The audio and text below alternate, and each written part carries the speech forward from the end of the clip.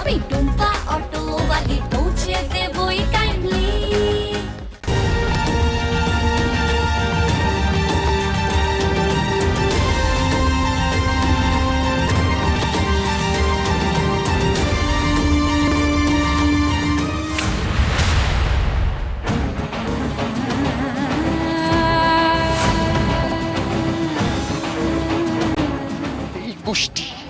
এই কুষ্টির জন্য আমি তোমাকে বিয়ে করেছিলাম, তাই না?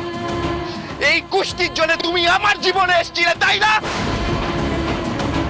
তোমার আসার পর থেকে আমার আর আমার পরিবারের কিচ্ছু ভালো হয়নি। এক এক করে সবকিছু হারিয়েছি আমরা। তাই আজ আমি এই কুষ্টিটা ছিঁড়ে তোমার থেকে আমার সমস্ত সম্পর্ক শেষ করলাম। তোমার থেকে আমি নিজেকে মুক্ত করলাম। তুমি থাকো তোমার জেদ, তোমার অহংকার, তোমার আত্মবিশ্বাস নিয়ে। স্যার স্যার স্যার স্যার আপনি এভাবে চলে যাবেন? বাবলু, তোকে শেষবারের মতো আমি বারণ করছি, আমাদের মাঝে নিজেকে জড়াবি না।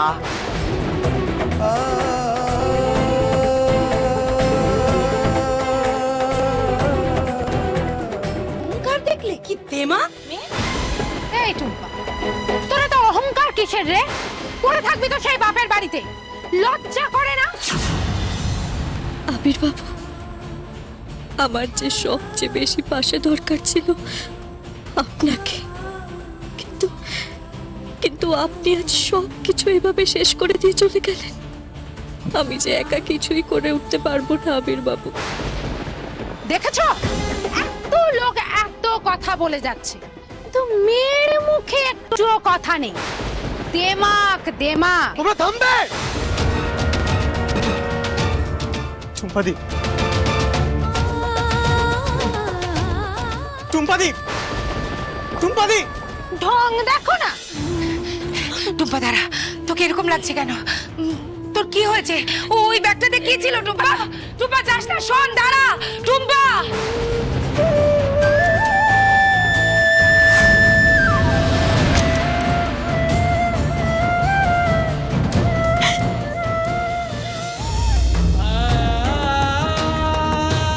সরি টুম্পা, আমি জানি টুম্পা, আজ আমি তোমাকে খুব আঘাত করলাম, কষ্ট দিলাম। সত্যি, হয়তো এটা তোমার প্রাপ্য ছিল না। আবির বাবু, আবির বাবু, আপনি তো আমার বেঁচে থাকার সব আশাই শেষ করে দিলেন। এবার আমি আপনাকে ছাড়া কিভাবে, কি নিয়ে বাঁচবো আবির বাবু?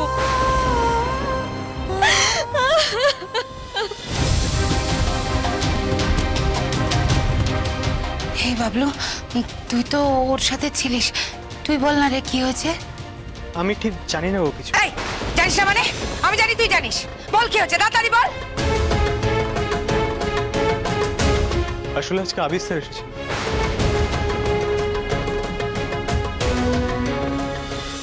কিন্তু টুম্পা, এই মুহূর্তে বাড়ির যা পরিস্থিতি, তোমার সাথে আর যোগাযোগ রাখাটা কোনোভাবেই সম্ভব নয়।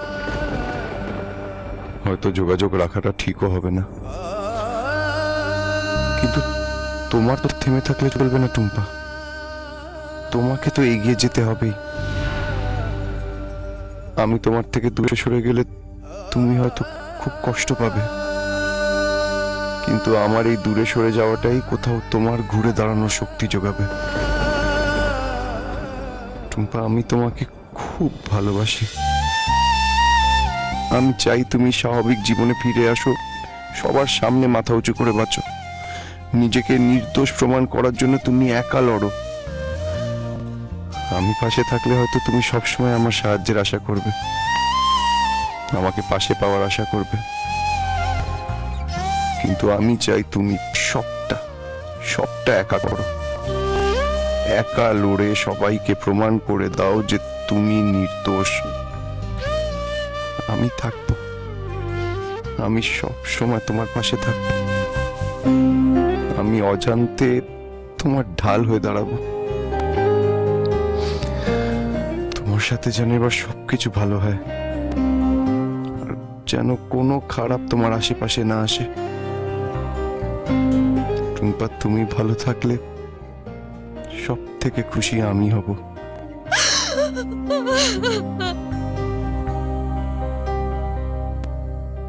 এত কিছু হয়ে গেল, আবির টুম্পাকে এইভাবে অপমান করলো। আবির টুম্পার সঙ্গে এটা কিছুতেই করতে পারে না। আমি কাউকে অধিকার দিইনি আমার মেয়ের সঙ্গে এরকম খারাপ ব্যবহার করা। সোনালি, আমি তো ভেবেছিলাম যে টুম্পার এই বিপদের দিনেও তুমি ওর উপরে রাগ করে থাকবে। তোমরা আমাকে ভুল বুঝেছো বৌদি।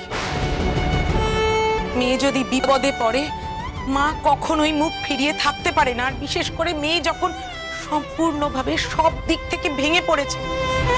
সন্তান যদি ভুল করে মা তাকে শাসন করে তাকে সঠিক পথে নিয়ে আসে।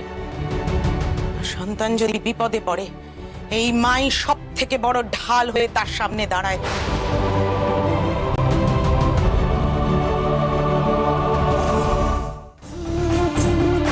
টুম্পা, টুম্পা, এই টুম্পা, টুম্পা, দরজা খোল। দেখ আমরা সবাই আছি তোর সঙ্গে। টুম্পা কথা বলতে দে, একটু দরজাটা খোল। তুমি এসেছো আমার সাথে কথা বলতে। মা,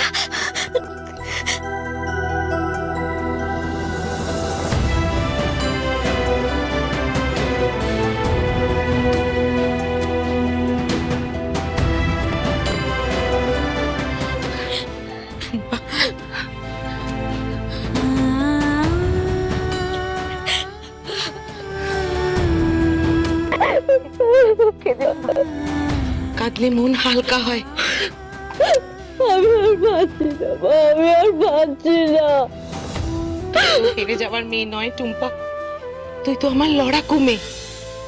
শোন টুম্পা, সব মানুষের জীবন সব সময় একরকম ভাবে মসৃণ থাকে না। চড়াই থাকে, উতরাই থাকে, কারুর কম কারুর বেশি। তোর না হয় একটু বেশি, কিন্তু হাল ছেড়ে দিলে তো চলবে না। তোকে তোর মতো করে লড়াই করে সব চড়াই উতরাই পেরিয়ে লক্ষ্যে পৌঁছতে হবে। কিন্তু মা, আমি কার জন্য লড়বো, কিসের জন্য লড়বো বলো না। দেখ টুম্পা, আমি জানি তুই সব সময় শুধু সবাইকে ভালো রাখার কথা ভেবেছিস, রেখেছিসও হয়তো, কিন্তু একটা কথা মনে রাখিস, নিজে ভালো না থাকলে কখনো অন্যকে ভালো রাখা যায় না। তাই আজ তোর লড়াই তোর নিজের জন্য, আর এই লড়াইয়ে আমি তোর মা সব সময় তোর পাশে থাকবো। আজ পম্পা তার স্বামীকে হারিয়েছে তোর জন্য, আর সেই জায়গায় আমি তোকে কোনোদিন ক্ষমা করতে পারবো না। কিন্তু পম্পা যেমন আমার বড় মেয়ে, তুই আমার ছোট মেয়ে। আর সেই মা হওয়ার জায়গা থেকে আমি তোকে বলছি, তোর সব বিপদে আমি তোর পাশে থাকবো। তুই শুধু আমাকে কথা দে, তুই কারুর কাছে হেরে যাবি না। টুম্পা কোনোদিন হেরে যেতে পারে না। মা, তুমি আমার এই সময় যে আমার সব থেকে বড় শক্তি হয়ে দাঁড়াবে, আমি সত্যিই ভাবতে পারিনি। সত্যি, তুমি আমার মা।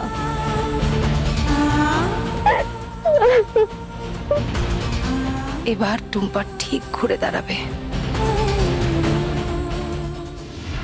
অনুরাধা, তুমি এখনো কি কাজ করছো? অফিসে অনেক হয়েছে, এবার যা হবে কাল আবার অফিসে গিয়ে হবে। বাড়িতে এত পরিশ্রম করো না। না মা, আসলে প্রজেক্টটা তো নতুন, তাই ভালো করে দেখে নিচ্ছি যে কোনোভাবে যদি বেটার কিছু করা যায়। ও কি নেহা, তুই চা নিয়ে আসছিস? ভজ, প্রশান্ত ওরা কোথায়? আসলে জেম্মা, ভজরিদা আর প্রশান্তদা কিচেনে একটু ব্যস্ত আছে, তাই আমি ভাবলাম ওরা কাজ করছে করুক, আমি চাটা নিয়ে যাই। বাবা দেখুন, মেয়ে আমাদের কত বড় হয়ে গেছে, কত বুঝদার হয়ে গেছে। এটা কার? অনুরাধার। দিস না ওকে চাটা। ওকে না ইয়ে দে, মুসম্বি জুস করে দিতে বলতো ভজকে। না না মা, চাটাই ঠিক আছে। না না, সারাদিন অনেক ধকল গেছে, একটু মুসম্বির জুস খেলে তোমার অনেক ভালো লাগবে, ফ্রেশ লাগবে, ওটাই খাও। এখন তো চা খাওয়ার দরকার নেই। সত্যি বৌমা, আমরা এখন যে পরিস্থিতির মধ্যে দিয়ে যাচ্ছি সেই পরিস্থিতি সামলানো ক্রমশ কঠিন হয়ে যাচ্ছে। বাবুটা কিরকম আমাদের কাঁদিয়ে অসময়ে না ফেরার দেশে চলে গেল। তারপর ছোট নাচবউ এ বাড়ি ছেড়ে বেরিয়ে গেল। কিছুদিনের মধ্যে আমাদের এই পরিবার কিরকম সবকিছু গোলমাল হয়ে গেল। হ্যাঁ বাবা, সত্যি আমরা এখন যে পরিস্থিতির মধ্যে দিয়ে চলছি সেটা অত্যন্ত কঠিন পরিস্থিতি। বাবুকে হারিয়ে আমি যখন একেবারে ভেঙে পড়েছিলাম, উঠে দাঁড়াবার সমস্ত শক্তি হারিয়ে ফেলেছিলাম, তখন মা আমাকে একটা কথা বলেছিলেন, যিনি দুঃখ দেন তিনি দুঃখ সইবার ক্ষমতাও দেন। কথাটা তখন বুঝতে পারিনি, এখন বুঝতে পারছি কথাটা কতটা সত্যি। জীবন সত্যি কখনো থেমে থাকে না। যত বড় দুঃখ বা শোকই আসুক না কেন, জীবন তার নিজের মতো করে নিজের স্রোতে চলতে থাকে। তুমি ঠিকই বলেছো বৌমা। দেখুন বাবা, বাবু আমাদের ছেড়ে চলে গেল ঠিকই, কিন্তু ওর শেষ চিহ্নটা তো রেখে গেল। আমাদের অনুরাধার গর্ভে সে একটু একটু করে বড় হচ্ছে। এখন তো আমাদের জীবনে এগিয়ে যাওয়ার কথাই ভাবতে হবে বাবা।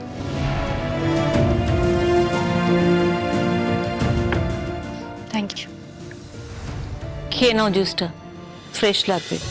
আর এখন এত কাজকর্ম করো না, একটু বিশ্রাম নাও। একসাথে এত প্রেশার নিও না, জুসটা খেয়ে নাও।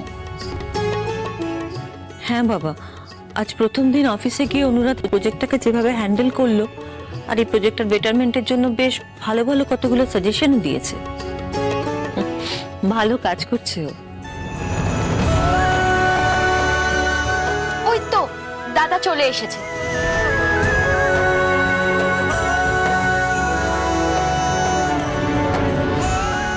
কোথায় ছিলিস এতক্ষণ?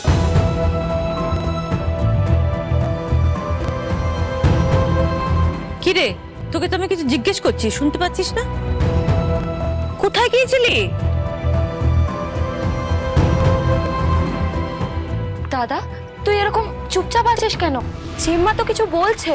হ্যাঁ হ্যাঁ মা বলো। কি হয়েছে কি তোর? আমার কিচ্ছু হয়নি, ঠিক আছে। কিছু হয়নি বললে হবে? স্পষ্ট বোঝা যাচ্ছে কিছু হয়েছে। বললাম তো আমার কিচ্ছু হয়নি। কি হলো, তুই রেগে যাচ্ছিস কেন? আমি রাখছি না মা। আবির দেখো, আমরা সবাই একই ফ্যামিলি।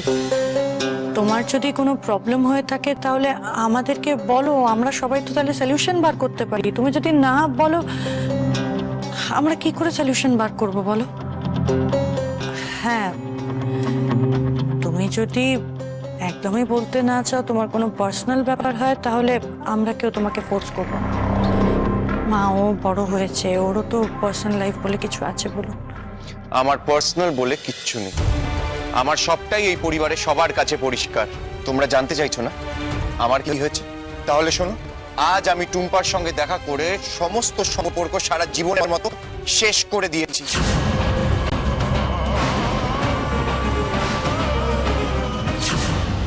ঠাকুর যে আমার প্রতি এতটা সহায় হবেন আমি তো ভাবতেই পারিনি। দেখ টুম্পা, দেখ, তোর জন্য এই বাড়ির সিংহদ্বার সারা জীবনের জন্য বন্ধ হয়ে গেছে। এবার থেকে এই বাড়িতে রাজ করব শুধু আমি, মানে পম্পা। ও না, অনুরাধা মল্লিক